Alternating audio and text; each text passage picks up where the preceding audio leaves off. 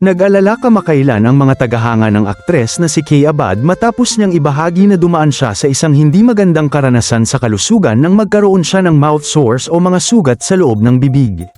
Ayon sa aktres, naging mahirap ang mga unang araw dahil sa kirot at hirap kumain at magsalita.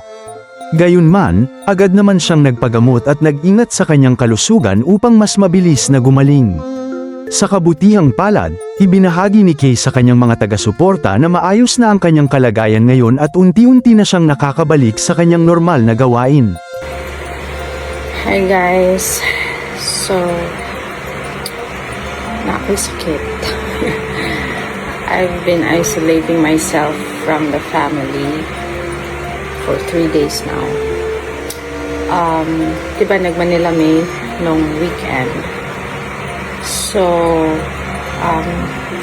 on the way there, I think I got it sa airport or sa plane.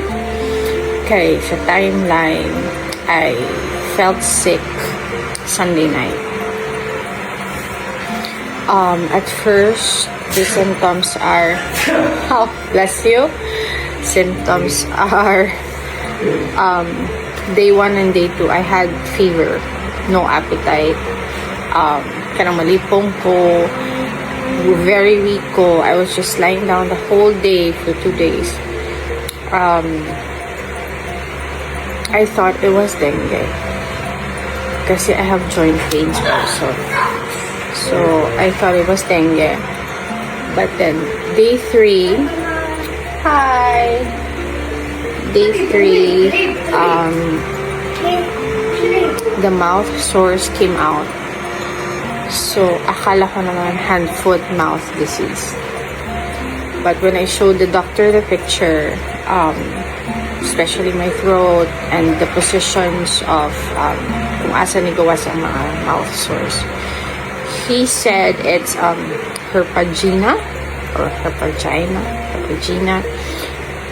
Ngayon ko lang narinig yun.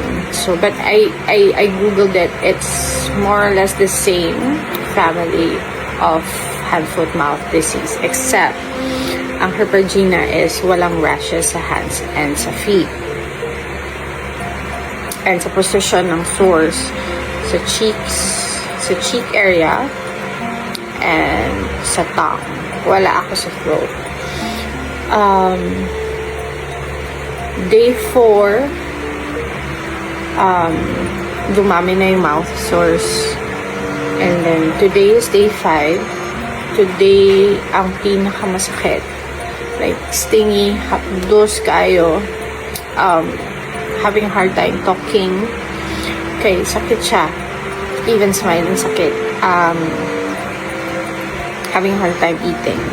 I've been eating oatmeal and juicing lang since day 3 kasi hindi ko na kaya mag-solid kasi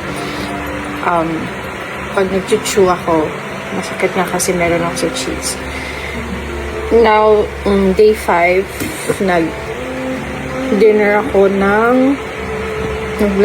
ng spinach, yogurt, cucumber, apples and ano pa isa? Butong water and bananas. Kasi kaninang lunch, nung nag-oatmeal ako, yung pag mismisingit na konting oatmeal sa sides, sakit siya. Sobrang sakit. And then, I did not expect na ngayon, nag-juice ako. Since, grabe nga yung pain today. Even yung juicing. Hapdos kayo siya. As in, so, nag-straw ako. Para diretso na siya sa throat. Good thing na din na wala akong sore sa throat. So, dili ko mag-lisod og swallow. So, I can still drink water, and which is very important to hydrate. So, I drink lots of water. Cold water helps kasi medyo nawawala yung stingy na feeling when I drink water. So, yeah, today's day 5. Sabi ni Doc GPT, tomorrow will be better. Day 7 will be better also. And hopefully day 8, makakain ako ng solid. Yeah, I cannot show you kasi base may kumakain and good kayo. It looks like parang chicken pox. Hindi man chicken pox, but daghan kayo siya. Like, this part, so as you can see, hubag kayo siya. This part, kani hubag kayo. Okay, daghan diri. Here, and here, here. Kana I feel it. I'm here. That's why hubag. My husband gave me this cold compress para raw. Okay. Marakog. Nabunutan ng ngipin. So, yeah. No medicine for this. The usual medicine for mouth sores. It won't work kasi parang in-explain na lahi ni na mouth sores. It's not the usual. It's viral sores. So, wala siya tambal.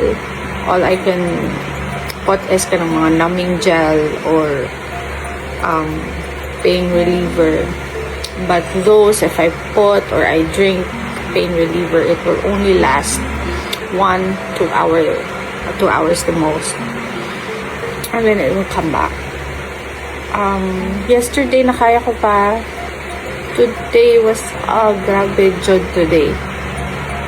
As in, really painful today. Last week ako pain tolerance ha, I believe. But this one, like kanina pag sip na ako sa aking juice,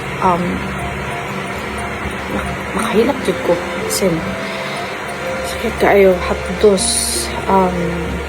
It's not throbbing pain, it's hapdos and stingy.